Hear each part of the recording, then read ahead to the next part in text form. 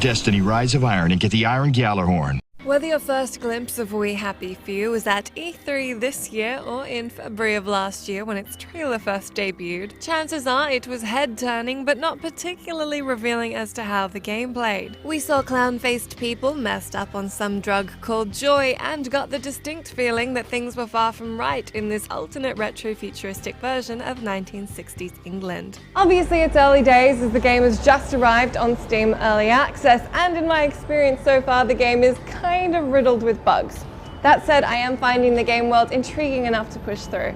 At the start of the game, you can opt not to take your joy, but then you'll find yourself facing off against the drug-addled inhabitants of Wellington Wells and branded as a downer. This is where the game really begins. You'll start off in the Garden District, where all of the downers, or wastrels, have been segregated into a dilapidated part of town, away from the rainbow roads and skipping civilians in the village of Hamlin. To call the wastrels downers may actually be an understatement. You're regularly accosted by people telling you to fuck off and similar delightful salutations, while your protagonist Arthur Hastings occasionally muses to himself about his depressing predicament. Interestingly, the game is described as a survival roguelike, and it features a procedurally generated town. Before I got my hands on the early access build, this seemed like a massive shame to me, as survival roguelikes usually result in you dying constantly. Since We Happy Few is full of quests to complete and things to do, I was not into the idea of frequently losing my progress.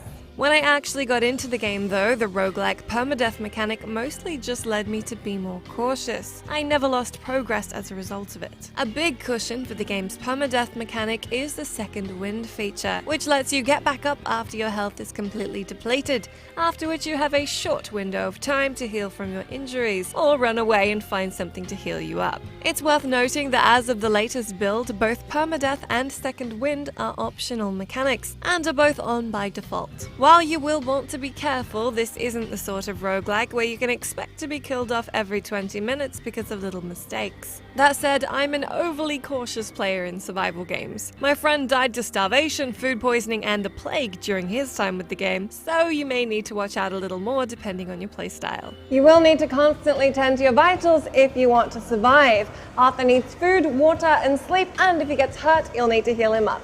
If Arthur is hungry, thirsty, tired, or wounded, these will have lasting negative status effects that can affect your stamina and rate of fatigue, among other things. You can also temporarily dose him with the Joy drug to blend in with the Joy junkies in the village of Hamlin, so you don't arouse suspicion. Fortunately, these aspects rarely felt aggravating, and instead encouraged me to always have my mind on scavenging, exploring new areas, and crafting new supplies wherever possible. Crafting is another central mechanic in We Happy Few. You can make everything from healing salves to new clothes that will affect your conformity stat, which affects your ability to go unnoticed, as well as tools like lockpicks, weapons, and devices that will disarm traps. You'll find blueprints to learn to craft these things strewn about the game world, and the supplies you'll need to make them with.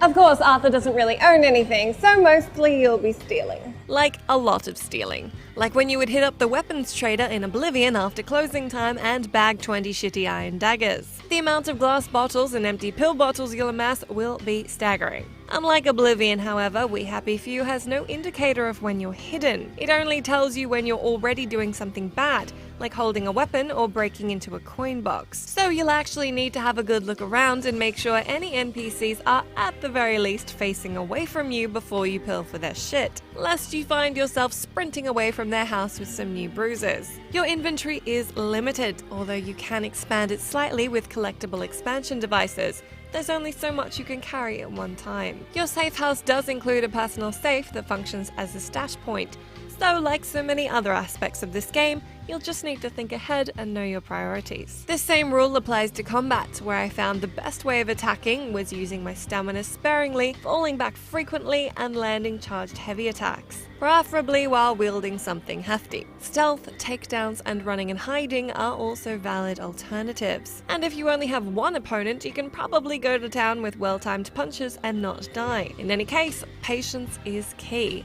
as is not getting surrounded. Eventually, you'll need to make your way to the main city to complete your main quest of escaping Wellington Wells. This is where things get quite a bit more difficult. You'll probably find yourself running from hordes of civilians and policemen screaming that you're a downer at one point or another. This is where you'll make use of your trap disarming devices, as many of the Hamlin houses you want to raid are riddled with traps. You'll also need Jimmy bars to break into houses from the outside, and if all else fails, you can pop a couple of joy to get the crowd of shiny happy people off your downer back.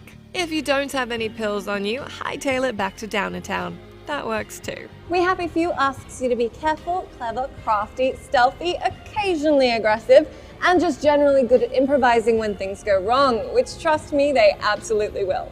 The easiest way to figure out if you'll enjoy this one is if you are keen on games like Don't Starve and Sir You Are Being Hunted. It will be interesting to see how replayable the game proves to be when you do complete the main escape quest, but the fact that there are multiple playable characters on the way should hopefully help in that department. For now, the tense moments are challenging, completing quests and crafting new items is satisfying, and while I personally found the game to be pretty buggy in its current state, even being off your joy feels pretty bloody good.